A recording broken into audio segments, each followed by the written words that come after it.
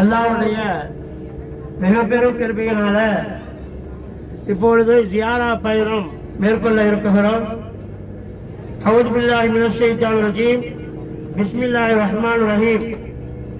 சுப்ஹானல்லதி ஸஹர லனா ஹாதா வமா குன்னா லஹு முக்ரினீன் வ இன்னா இலா ரப்பினா லமுன்கலிபூன். கண்ணியத்திற்குரியவர்களே, ஒரு புனிதமான ஒரு இடத்துக்கு செல்லுகிறோம்.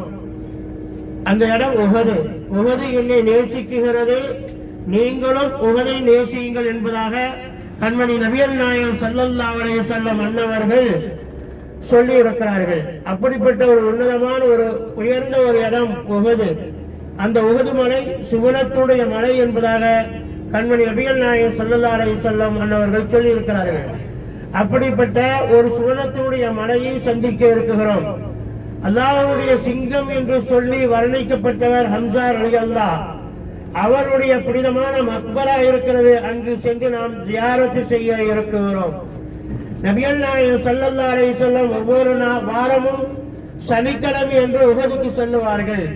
வாரம் நடந்தோ அல்லது வாகனித்தோ நீங்கள் குபா பள்ளிவாசலுக்கு வாருங்கள் என்பதாக ஸல்லல்லாஹு அலைஹி வஸல்லம் அன்னவர்கள் சொல்லுவார்கள். அப்படிப்பட்ட குபா மஸ்ஜிதுக்கு செல்ல இருக்கிறோம். கிப்லத்தைன் பள்ளி, 2 கிப்லா உள்ள பள்ளிவாசலுக்கு செல்ல இருக்கிறோம்.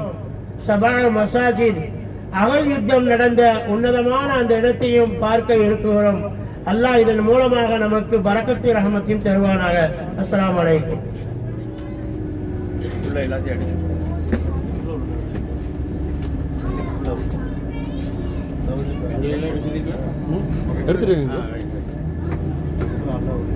ஹாஜி பெருமக்களே, அல்லாஹ்வுடைய பெரிய கிருபையினால